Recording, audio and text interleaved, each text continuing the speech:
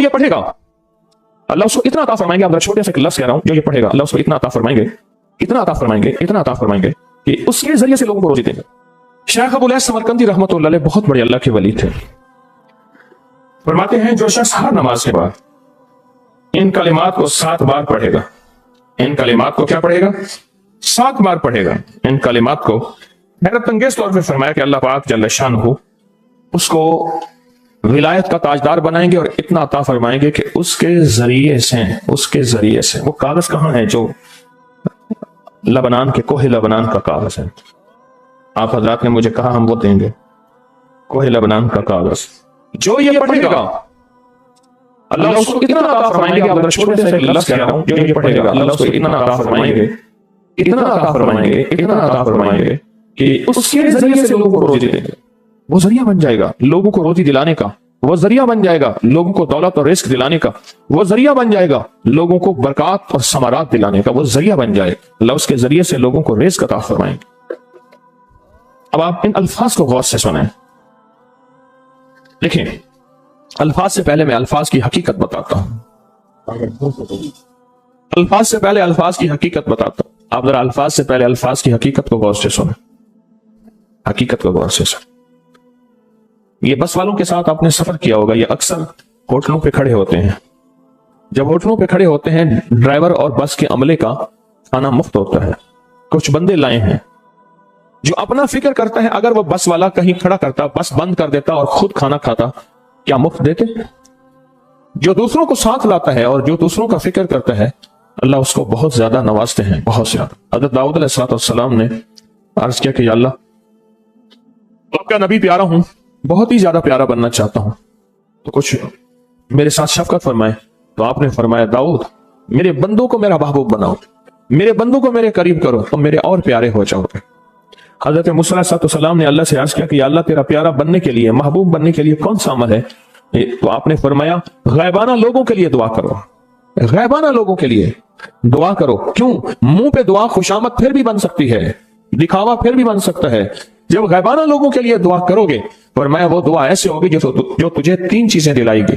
ایک میرا دوست بنا دے گی, اور ایک جتنا لوگوں میں رزق تقسیم ہوگا اتنا سارا تجھے ملے گا, اتنا سارا تجھے ملے گا. یہ بندہ مالدار اور تونگر بن جائے گا. دوسرا اور تیسرا فرمایا کہ اللہ جل شان ہو تجھے لوگوں میں عزت دیں گے, وقار دیں گے, شان و شوکت دیں گے اور ہر دل عزیز کر دیں گے. صرف اپنے مزاج سے نکلا ہے, اپنی سوچ سے نکلا ہے, میری جنت ہو, میری قبر ہو, میری آخرت ہو, بس اور کوئی جائے نہیں. فرمایا کہ یہ اللہ کے لیے جب بندہ کرتا ہے. اب آپ میت کی دعا دیکھیں, اللہم اغفر لحینا, حالانکہ ساری دعا تو اس میت کے لیے مانگنی چاہیے تھی. اے اللہ جتنے زندہ ہیں ان سب کو معاف کر دے, اور میتنا جتنے مر گئے سب کو معاف کر دے. میت سامنے پڑا ہے, پین سامنے رکھ کے میت کے لیے دعا نہیں مانگی جا رہی, پہلے سارے زندوں کے لیے تاکہ ان کا خاتمہ ایمان پہ ہو, پھر میتوں کے لیے وشاہدنا جو موجود ہیں, وغائبنا جو اس وقت نظر نہیں آ رہے غائب ہیں, وصغیرنا وہ چھوٹے ہیں, وکبیرنا وہ بڑے ہیں, وذکرنا وہ مذکر ہیں, وانثانا اے اللہ جو مؤنث ہیں. یہ دعا مانگ کے پھر کہتا ہے اللہم من احییتہ منا فاحیہ علی الاسلام, پہلا زندگی گزارنا تو کملی والی کی غلامی میں, ومن توفیتہ منا فتوفہ علی الایمان, اے اللہ اگر موت ہو تو ایمان کی موت دے دے. جو بندہ دوسروں کے لیے مانگتا ہے, جو بندہ دوسروں کے لیے چاہتا ہے, دوسروں کے لیے چاہتا. ابھی کچھ عرصہ پہلے ایک صاحب ہیں جو کچھ تعویذ وغیرہ پیر کچھ تھوڑا سا عامل ہیں, تو مجھے ملے, مجھ سے کہنے کہ ہم نے سفر تو اکٹھا شروع کیا تھا, اور مجھ سے کہنے کہ اتنے آگے نکل گئے, وجہ؟ میں نے کہا فرق اتنا ہے, تو نے چھپایا میں نے بتایا, بس تو نے چھپایا میں نے بتایا. کہنے لگا نہیں کوئی اور وجہ ہے. اچھا میں پھر اسے باتیں اور چلتی رہیں چلتے